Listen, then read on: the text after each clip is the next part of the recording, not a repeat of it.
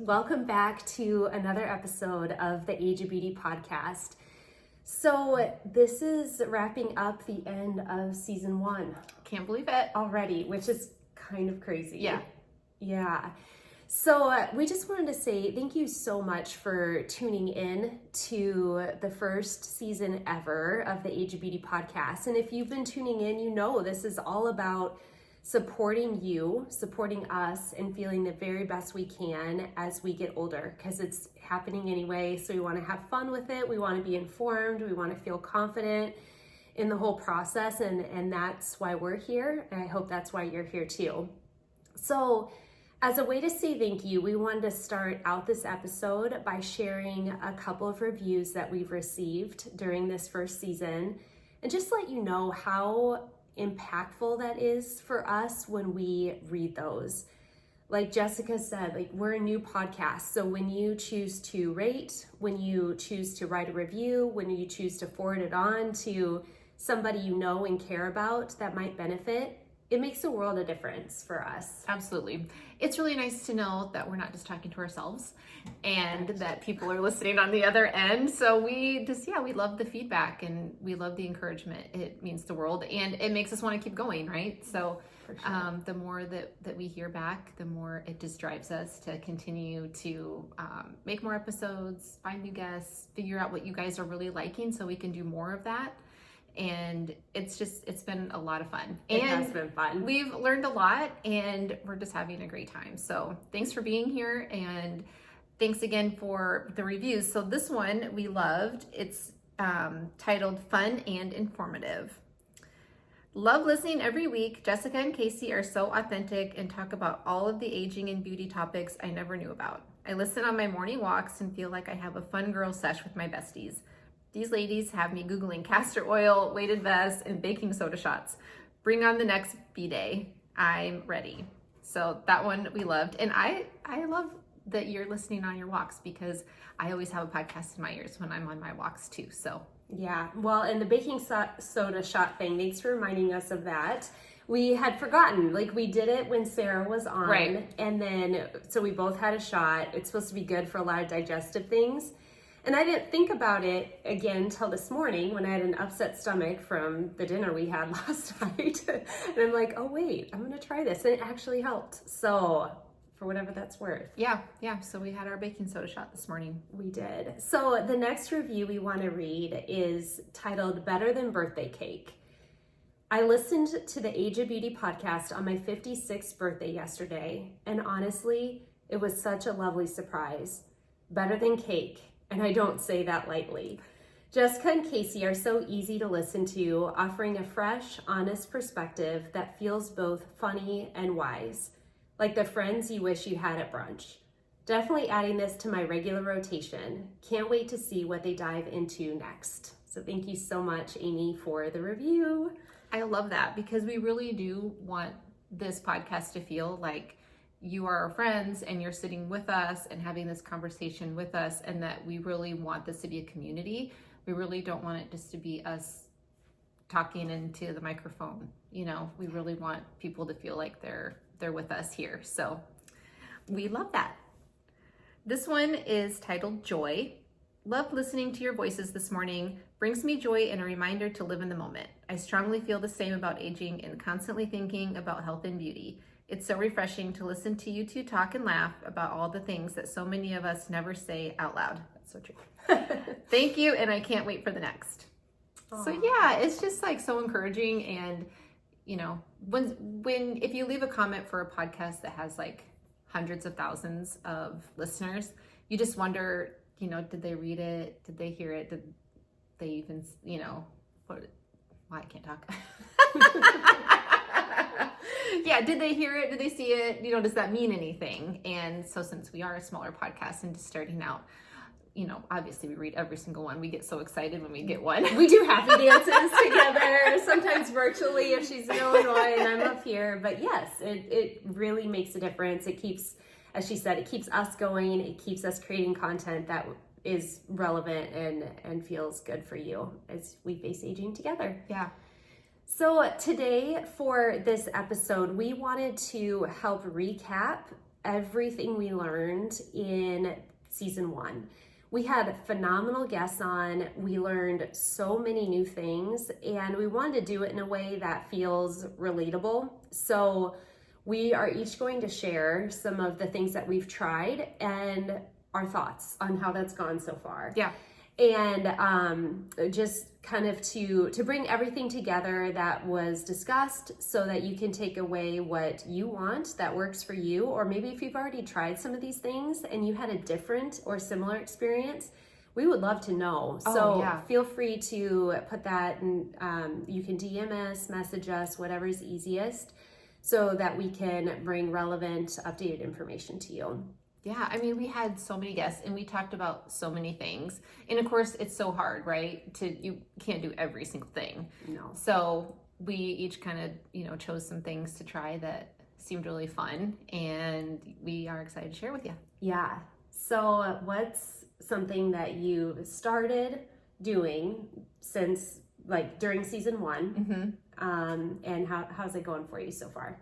Well, I think the episode we had with Stacy, talking about all of the hair and beauty hacks. So we started doing the gray blending with my hair, just basically more blonde and lightening it all up around the front and the roots, so that when the grays come in, it's not a stark contrast because my hair is so dark. And I really like it. Yeah. So I like having the lighter pieces, and with going into summer, I feel like it's nice to have some lighter pieces too.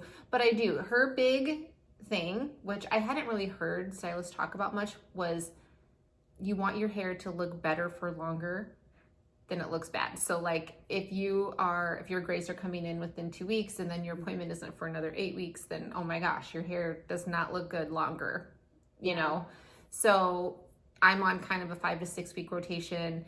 It takes about 3 weeks for mine to kind of start wanting to come back. I mean, it's not very long. Yeah. I don't know why the color just does not want to stay on those grays. Well, or it just grows back so fast, Yes. maybe. I don't know. Yes. Which is a good thing. We want that, but Yeah. not when it's gray that's coming through. My hair will not grow anywhere else, but the grays are fine. They're still, how do I have no hair on my head, but the hair that grows in are just pesky grays? Yeah. So stupid. Yeah. But the gray blending has definitely been something that I've been trying. And then it was interesting because we had her on to talk about hair, Yeah. but we ended up talking a lot about skincare and some, makeup. We kind of ended up talking about beauty in general, which is great because obviously she's the owner of a salon that does everything, and a med spa as well. So we ended up talking a lot about all of those things. So if you haven't listened to that episode, maybe if you thought it was all about gray hair, it really isn't. We talk a lot about a lot of other beauty things in that episode. But she talked about how much she loves her skincare routine and how she never misses washing her face at night. Yeah. And Casey kind of shares the same. And I would go to bed a lot of nights with makeup on my face. Just tired, and I don't care. And I don't wear a lot, so I don't know. I don't feel like I have to take all this cakey makeup off my face, but I know that I should. Mm-hmm. And I know that I should be putting on moisturizers and things like that. And just how she talked about how if you're not putting all of this moisture back in at the end of the night, you're really missing an opportunity to really just, as you sleep, let your face hydrate and put all the serums on and get super greasy before you go to bed, and just when you sleep, let your skin just kind of come back to life. Yeah. Because you're having makeup on it, or you're in the sun or whatever during the day. So you're kind of hard on it, mm-hmm. which I didn't really think about it that way. So anyway, I got some new products, and I realized how I love the smell of the products that I'm using, and it kind of has been a little bit more of a push too, to want to wash my face and want to put different, and it's because whenever you get new products too, you just kind of are excited to use them and excited to see if they do anything. Yeah. And I had been waiting for my rosacea to kind of calm down, so that's why I had taken a lot of products out of my routine, and I just kind of stopped doing almost everything. But I got my rosacea calmed down, and so I'm adding in these products. It's been fine. I've been able to use everything that I've gotten, and we'll talk about this more too, but I just tried a couple new products that we're going to have a guest on. to talk more about. And I really like it. I feel like I have this kind of like glowy, like after the hydrofacial feel. Yeah. I was like, is it oily? I asked Casie, does it look oily? And she's like, no. So I don't think so. yeah, I think I do. I feel like my skin looked like this after I walked out of a hydrofacial. Yeah, just feels like supple and nice. Yeah. And yeah.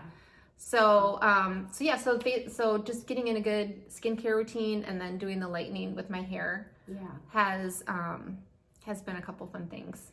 Yeah, I loved having Stacy on too. She just really approached going gray from a very broad standpoint of really anything goes. And it's about you and what makes you feel best and who you are and how you want to age. And so she really looks out for that for her clients, but it also gave me an opportunity to think about a couple things. A, how much do I want to keep up with this routine that I have, which is about every 6 weeks going back in to cover up just with like a base cover, the grays, and then maybe once a quarter approximately I go in and actually get like highlights or lowlights put in.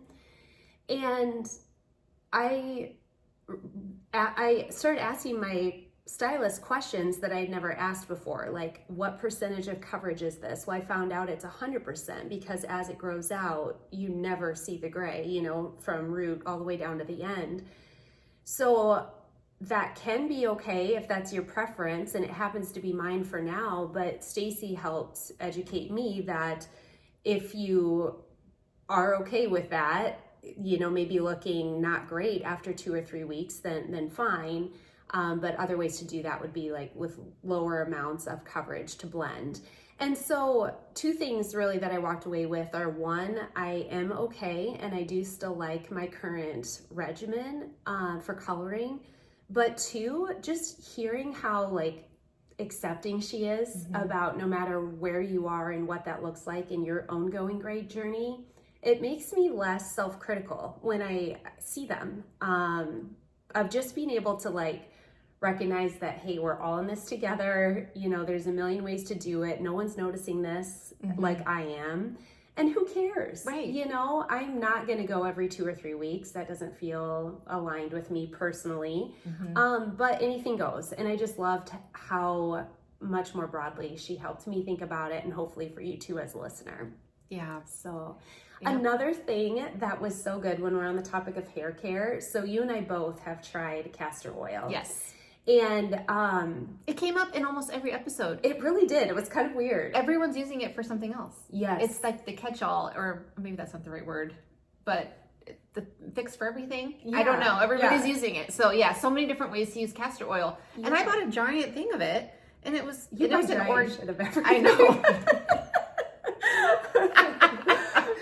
I did. It was only $15, and it was like an organic whatever. So I mean, it'll last you a while. It might, but I don't know. I'm using it everywhere. Showering in it. Yeah. Slapping it on. But one thing that's super nice about it, we've both been using it in our hair. Yes. And do you feel like it softened like the texture of your hair, or how's it? Do you put it on the bottom? I mostly do in the scalp because it can help with hair growth. But I do bring a little bit through because like the hair that grows out from where I had a basal cell removed on the top of my head is coarser. It's kind of like a gray texture. Okay. So I put a little bit extra through there to kind of soften it. And I do put a little bit on the ends too, but kind of just what's left over on my hands after running it through my scalp. Okay. Or maybe a little more. So I need to try that on the ends, especially because I have extensions. The hair is drier, definitely towards the end. So I have like a hair oil that I use, but I think the castor oil would be great too. I've been putting it more on my scalp, and like I have a couple spots that are like a little more sparse now around the crown. And I mean, obviously I just have a hard time growing hair on my head anyways. Yeah. But yeah, I've been using it and then you suggested putting them on my eyelashes. So I was using a mascara that I got from Pure that has castor oil in it, and I ran out. But I think I'm gonna rebuy that. Yeah. Because I think that's a great that way I can put the castor oil on at night on the eyelashes, and then during the day it'll have it on there with the mascara. So yeah, because it helps stimulate hair growth, and then I've really noticed a lot of softening which has been nice because the grays I do have, I mean, they are wiry little things. They stick up like chia pets, and it's like slick it down with your spit and whatever else. But castor oil helps it like all just lay a little bit nicer, I found. And I feel like I have less breakage, so my hair is growing a little bit longer. It just feels healthier and honestly a little bit fuller too, which is unusual because you think of like a heavy oil, and it is heavy. You think it would just like weigh you down, but I haven't found that to be the case. Yeah, because you're putting it on like before you wash it, right? I do. Yeah. So I'll either, if I'm going to do like a quick workout, I might put it on and do my 20-minute workout and then wash it off. But if I am just getting in the shower, I'll still put on like a teaspoon approximately into my scalp, and then maybe a little more for my ends, and then wash it out 2 minutes later, and I still feel like it makes a difference. Okay. So yeah, that's good to know. I've just been kind of doing that too, putting it on a little while before I wash my hair. But one night I did put it on before I went to bed. Yeah. And I was like, oh, is this going to get all over my pillowcase? Whatever. I didn't really notice that it did anything, but it probably could. Maybe it kind of greasy. I think it could. Yeah. And I went a little crazy with it last night. I had a lot in my hands, and I just went all over my eyes and then eyebrows to kind of fluff them up and help them grow. And I think I got a little bit in my eyes. So still be careful about that. I mean, it's non-toxic, so it's kind of okay, but I don't think you really want oily film over your eyeballs before you go to bed at night. I was kind of wondering when I would put it on my eyelashes if it would get in my eye, but I didn't notice that it did. It felt fine. Good. So one thing we've talked a lot about this season is protein and muscle growth and support for yourself as you get older. And I've heard this for so long. I really was reluctant to do much with it because I don't know. First of all, I don't want to just like be counting and eating so much protein every day. And I don't want to look like a bodybuilder, and I don't want to be super muscular. I want to feel feminine. And so I've pushed back on this for probably too long because there is so much research, and we had Chelsea on as a clinical nutritionist, we had Jillian as functional health, all talking about the importance of protein intake. And I know you have, as a wellness trainer and helping women feel strong and confident in their bodies, you do a lot of this, and you've done a ton personally and with your clients. And so I finally was like, fine, I'm not gonna eat a damn hamburger for breakfast, but I will start getting closer. And so my goal is like, I try to get to about 80% or 0.8 like grams of protein per body weight. Right. Per pound of body weight. And that's hard. I can do it many days, but not all. And I feel like that's good enough for me for this stage. And I've tried to do more weight training. So in the past, I would do kind of a low weight resistance cardio Tracy Anderson class. I do love it. It makes me feel very feminine and flexible. And I've decided for about a month ago, and then I'm going to continue this for the next 3 months over the summer to just focus on protein, lots of water intake. I know you could do better. I could do better. I know. She's like a dehydrated raisin. She doesn't look like it, but she does not drink water. I don't know how she stays standing. I don't either. But okay. It's a good question. So I'm doing lots of water, protein, and then I'm doing the tonal more for some weight resistance training, trying to do it 5 days a week for 20 minutes at a time. And I have noticed that I feel stronger. So like yesterday we were doing a bunch of yard work, and I had to move dressers and stuff outside to hopefully have someone pick up. And I just felt strong and good for you, able-bodied to do that. So that felt good. And I think it's a little too early to tell, but I've often had some cellulite on my legs that it's not bad, but I don't love it. I wish it weren't there, even though it's very much part of being a woman. And I have noticed that that's firmed up a bit too. So I am going to stick with it. I think more to come. I could probably give a better synopsis in season 2, but I've incorporated the things that you have done yourself, that you coach your clients through. Oh, and one of those things is the weighted vest too. Kind of funny, 16 pounds. got it out of the bag. I could hardly like lift it. My arms are shaking. I'm like, how do you get this on? It like ripped out some of my hair. So I'm trying to, okay. I put it on upside down. It was such a mess. But I'll wear that around the house periodically or for a walk. And, you were saying that helps rebuild bone density. If you wear it for 30 minutes, 3 times a week, that it can rebuild up to 3% of your bone density, which I thought was really cool. So thanks for those. And even just keep you from losing. So at our age, we just don't want to lose any, for sure. Yeah. So it is really important. And we both got heckled by our daughters, our teenage daughters, for wearing the weighted vests outside. Yep. So super embarrassed. I just thought it was me. Layla gave me a hard time, and she's like, "You're really gonna wear that outside, Mom?" And I'm like, "Yeah, I am. It's fine." And then come to find out, Casie went on a walk with Elle, and she said the same thing, like, "Why are you?" What did she say? She was just embarrassed. I don't remember what she said. But one of our neighbors stopped me and they're like, "Oh, what are you training for?" And I was like, "Osteoporosis and bone density."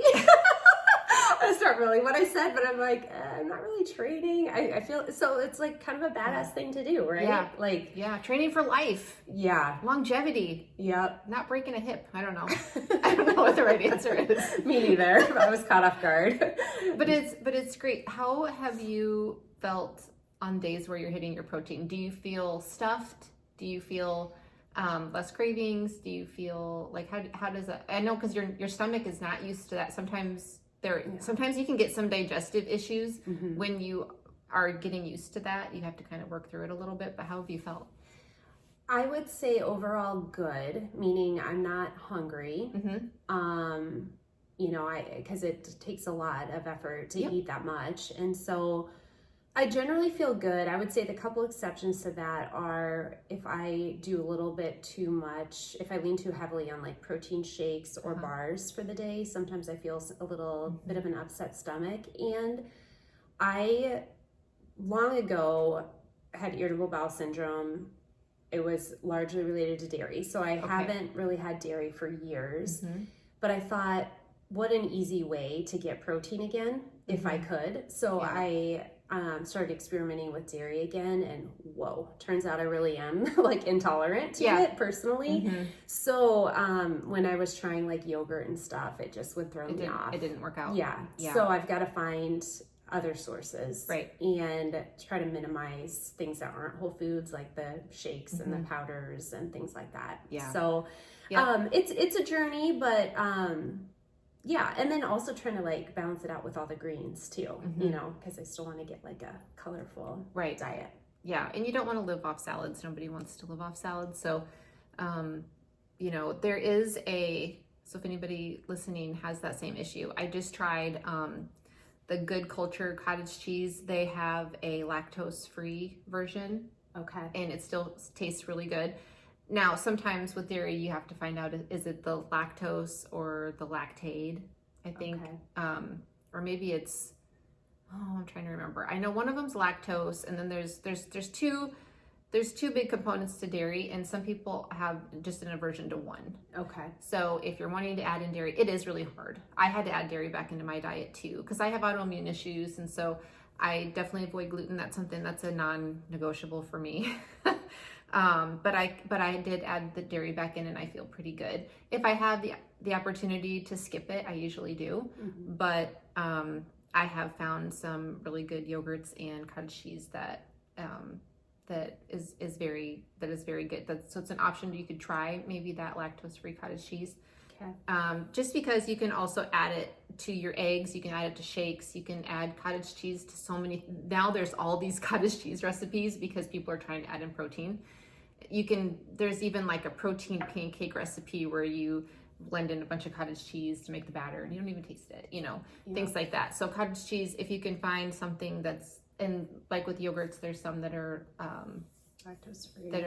But you know what? Some of the yogurts that are dairy-free are just sugar. Yeah, they don't have a lot of protein. Or if they do, it's like a pea protein that's been added, like a powder based. Right. So I have noticed that too. Good. Yeah. So you have to kind of watch, but it's interesting. I like to hear how people feel, because some people really do feel a big difference. Some people don't feel a big difference. For me, I have always eaten a lot of protein, but not, when you're trying to eat, I have to hit 140 grams because I'm a lot bigger than Casey. And that's a lot, 140 is a lot. So I just noticed I have less cravings because I always eat the protein first on my plate. So that's kind of the rule too, like eat your protein first and then eat the rest. So if you get full, you're kind of not eating the other things on your plate. But I get so full that I don't have a lot of sugar cravings. Yeah. Or just cravings in general. I'm just generally not as hungry or wanting to snack. Yeah. And so that helps me because I love sweets and I'm definitely like a snacker. And so we're a little opposite in that way because as soon as I hit my protein goal, I'm like, I can have whatever sweet I want now because I like hit that for the day. So I found myself actually having a little more chocolate, or I realized my chocolate does have protein in it somehow. I don't know if that's normal because it's not milk chocolate. So anyway, so I'm like, ooh, 2 more grams and just a little bit of chocolate. Okay, I'll get another one. There you go. On my way here, on my drive, I wanted something sweet, so I got those like Quest brand Reese's peanut butter cups, and they have like 10 grams of protein. Yeah. I don't know that they're really, it's not a whole food. It's processed. It's, but they're pretty good. Yeah. I mean, they definitely taste like a Reese's. And so it was better than grabbing just the Reese's, but yeah, it's like finding odd ways of getting protein now, or like now I'm going to have a treat, but I'm going to have this or it's like those Quest chips, and they have all kinds of stuff that's, One thing I was surprised by recently on protein is because I'm doing a better job of actually looking at that now on labels. Right. And our son, so first of all, our daughter's gluten-free. Dustin's gluten intolerant partially, and I could take it or leave it.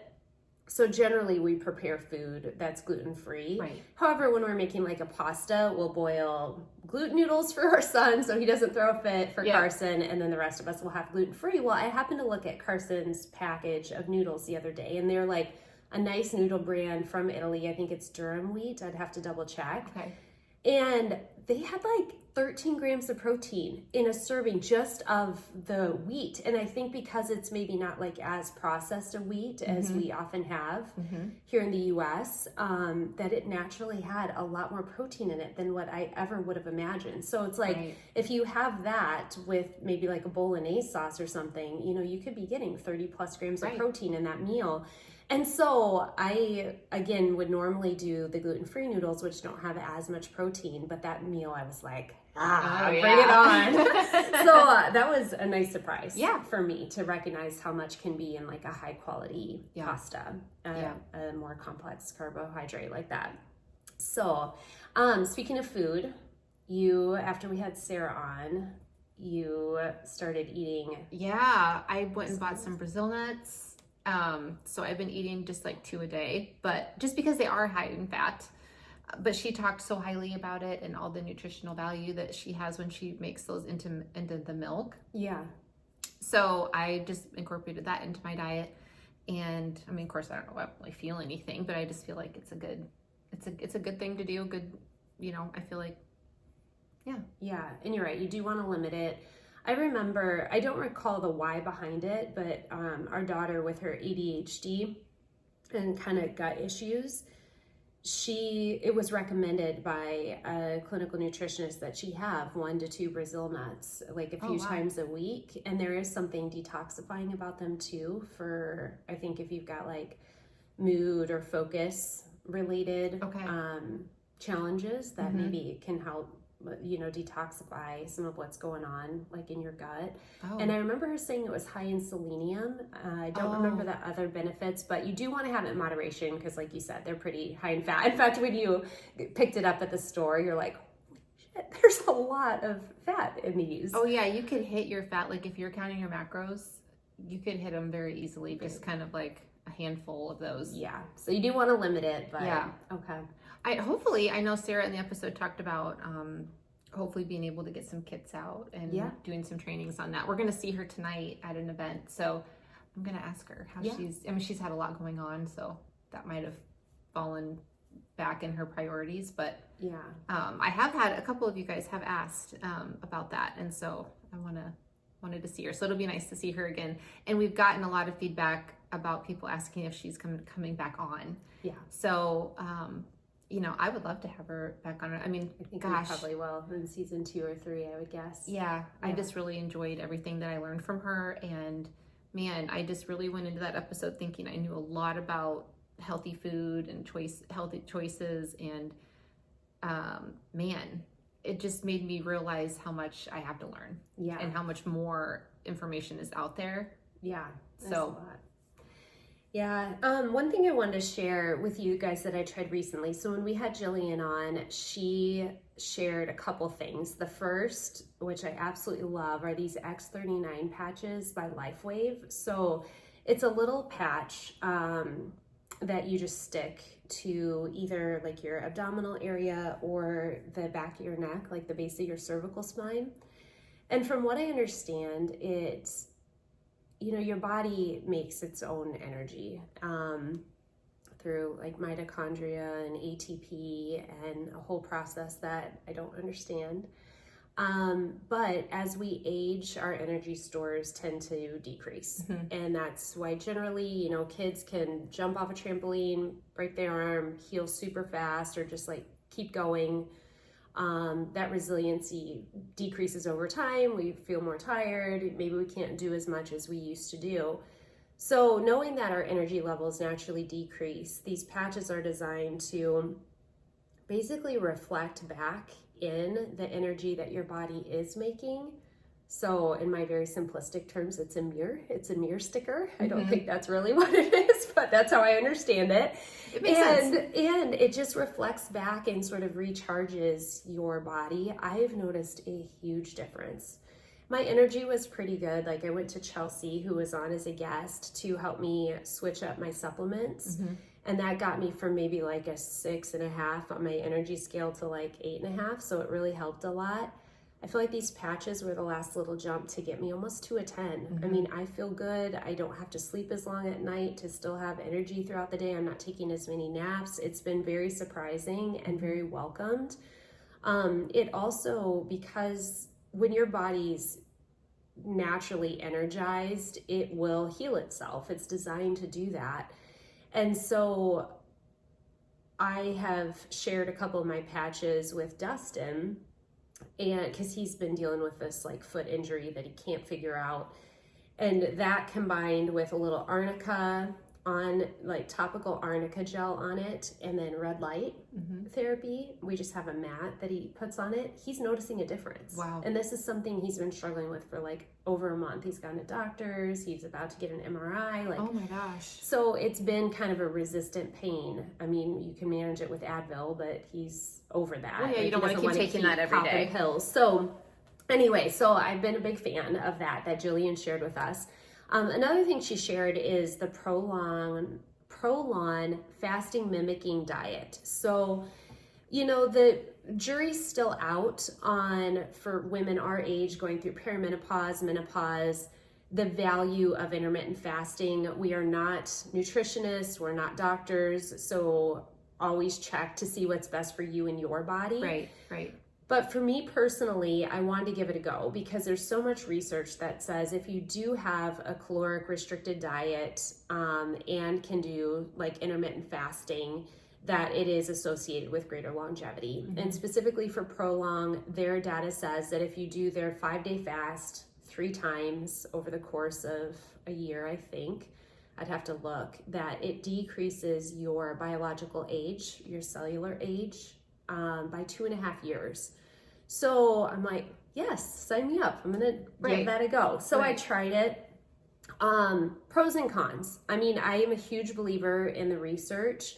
So for that alone, like it was worth it, you know, because maybe my cells are a bit younger now than what they were before I started. Because with the fast, they like the longer you fast, the more of like the cells kind of die off, right? The bad cells die, yes. And so that's kind of what your goal is in the whole deal. Yeah, and so along with that autophagy or that cellular die-off, like you can feel like crap, you know, you can get headaches, you can get tired, you can have brain fog, like, and I had those things. Okay. And so it's not necessarily a fun thing to do. Definitely like try to find a 5-day time where you can clear your calendar, which is what I did.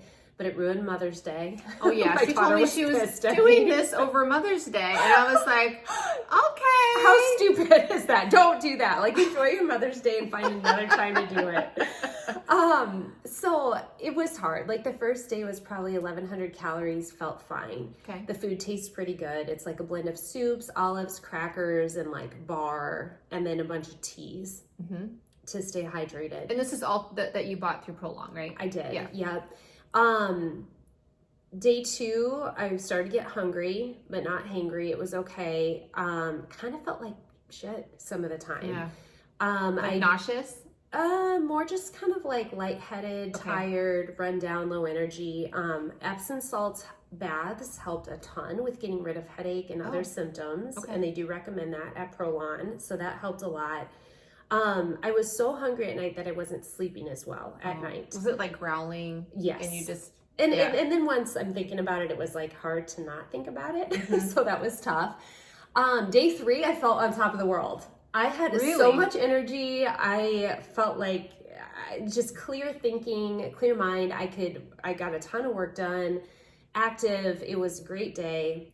Day 4 became tough, and I actually ended up breaking it a half day early on day 5 because I was hungry. I started to get really emotional. I don't know if my blood sugar was like too low, but I like made up for lost time, like how much I was scooping in. I'm like, I need cereal, popcorn now.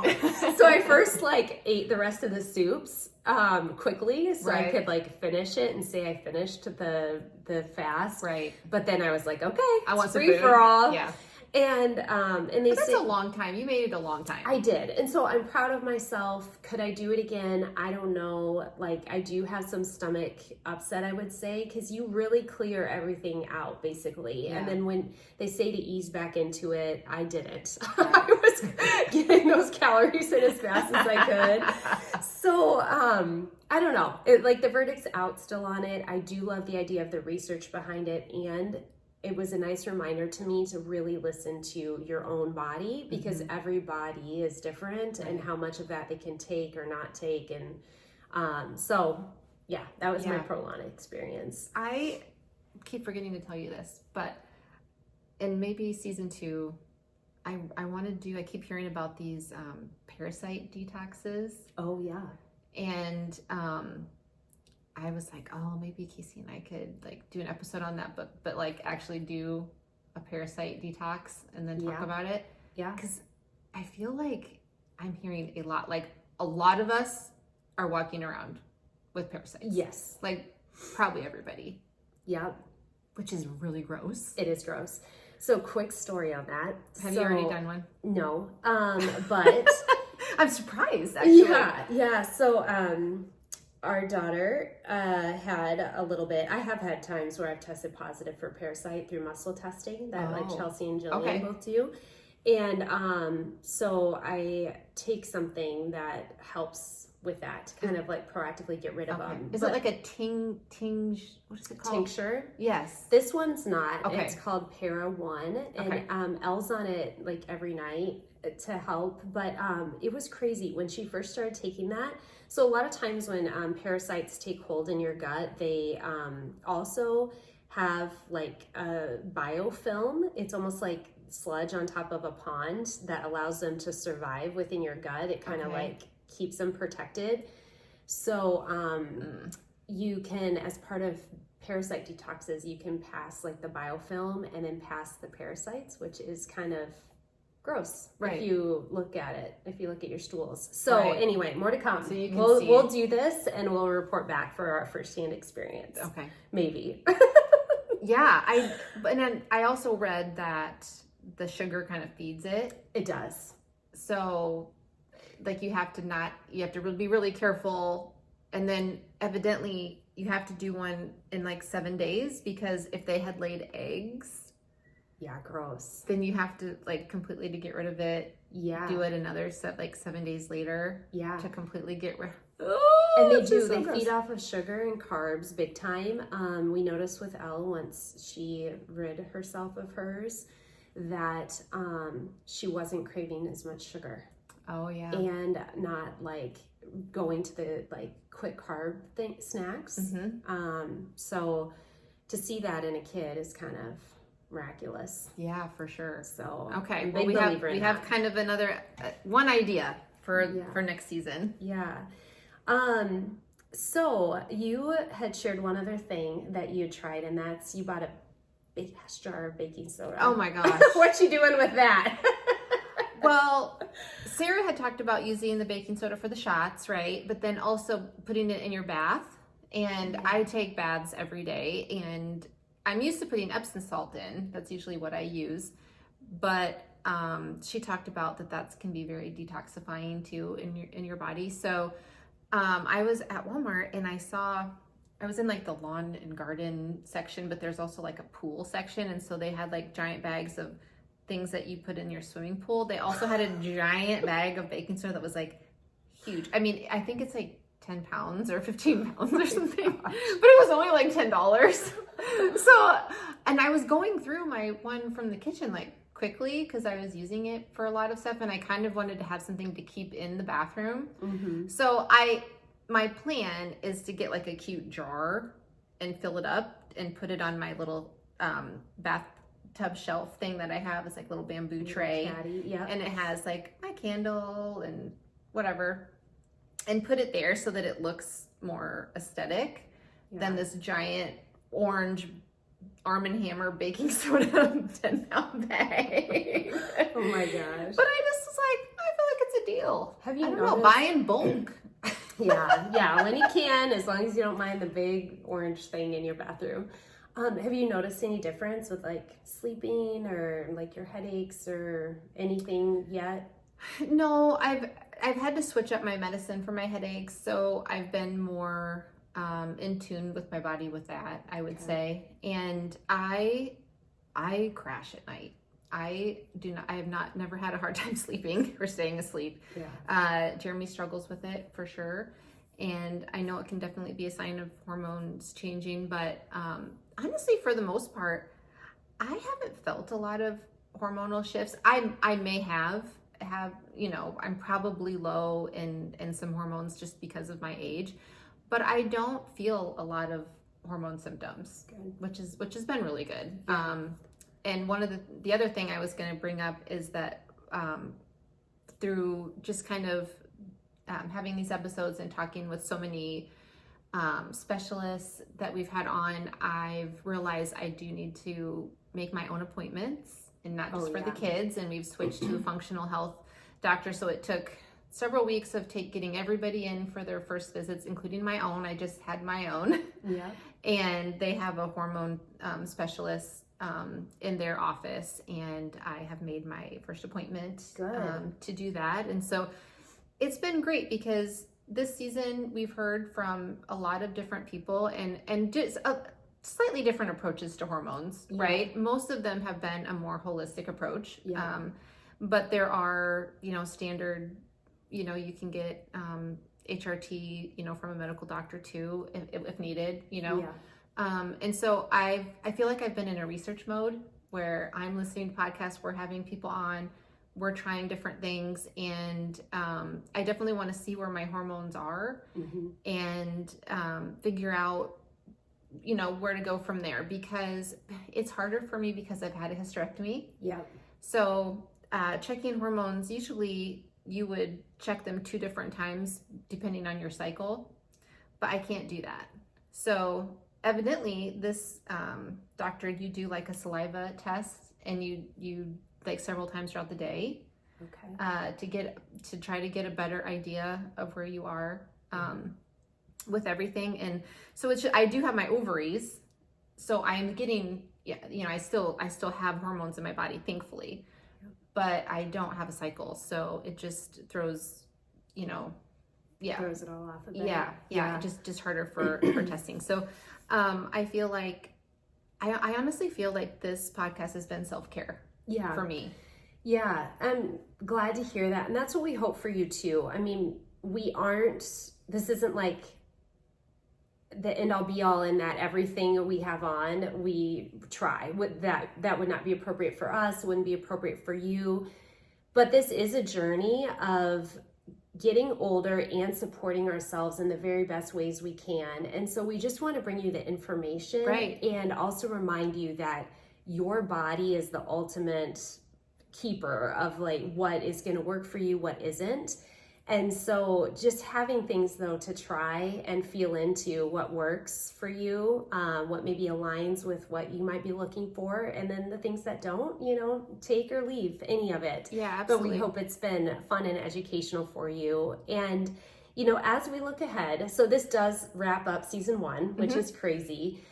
Jessica and I both have decided that we love this. We want to keep bringing it to you, but we're going to break up the seasons so that we can enjoy a couple times a year when our families need us more, which is over the summer months with our kids, and then also over the holidays.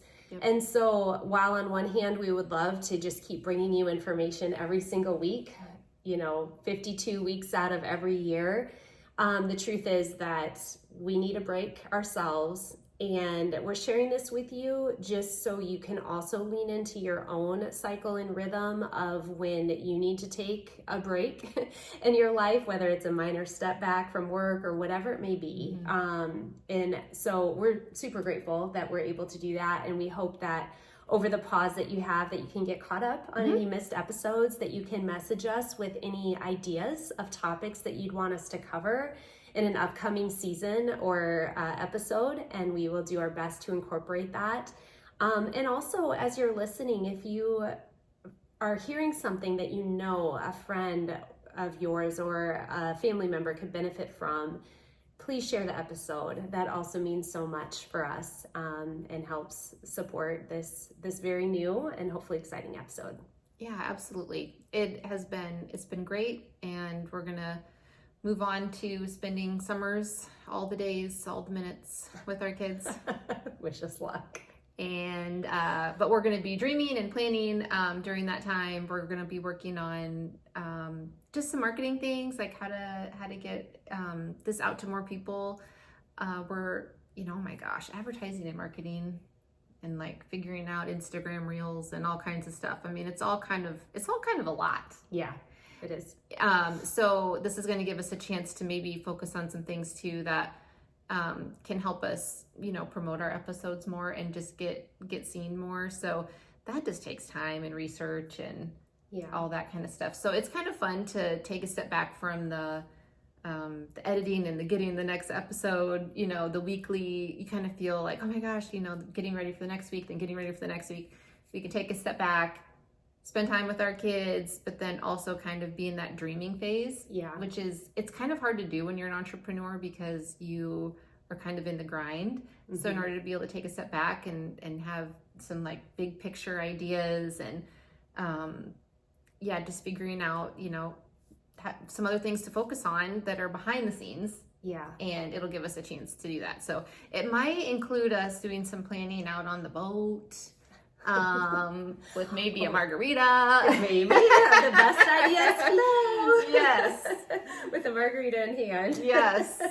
And one other thing we're excited about, we're going to have an episode with our daughters on too, just because so many of you as listeners, you are in that life stage of being a mom, or if you're not a mom, like just seeing it in friends and remembering what the different stages of growing up were like.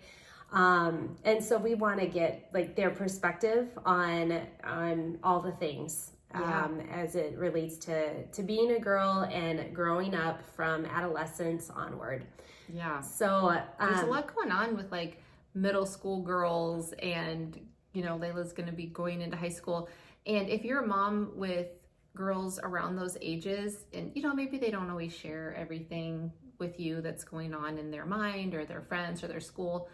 And, maybe our girls' perspective will kind of, tune you in a little bit to, you never know what's going on with your girls too. So I think it's always interesting when other kids share what they're going through. One of my good friends, we were all in the car together, and she's trying to figure out if she's going to send her son to our middle school or homeschool him. And she was asking my daughter and her friend, like, what's middle school like? And do you think I should send them? And what do you think? And it was, I was interested in what they were saying. And a lot of what came up had not been shared with me. Yeah. So sometimes you just don't really ask those questions in the day-to-day. Like, what's school like every day for you? Yeah. You know, I always ask Layla how her day is, but stuff came up that I had not heard. Yeah. So I think it's going to be a really interesting episode, and to hear both of their perspectives, because they go to school 2 different places. Mm-hmm. And so I think it's going to be great, and it'll just be fun. I think they'll be really excited to be on, and yeah, for sure. Well, thanks so much for being a part of this journey with us through season 1 of the Age of Beauty podcast. And as usual, thank you for listening. If you liked this episode, if you could take a minute to rate or review the episode and pass it along to anyone who might benefit from the conversation today. And you can always find us on social at Jesica Breeze and Casie Kindle. Look forward to seeing you in season 2. all right, bye. Bye.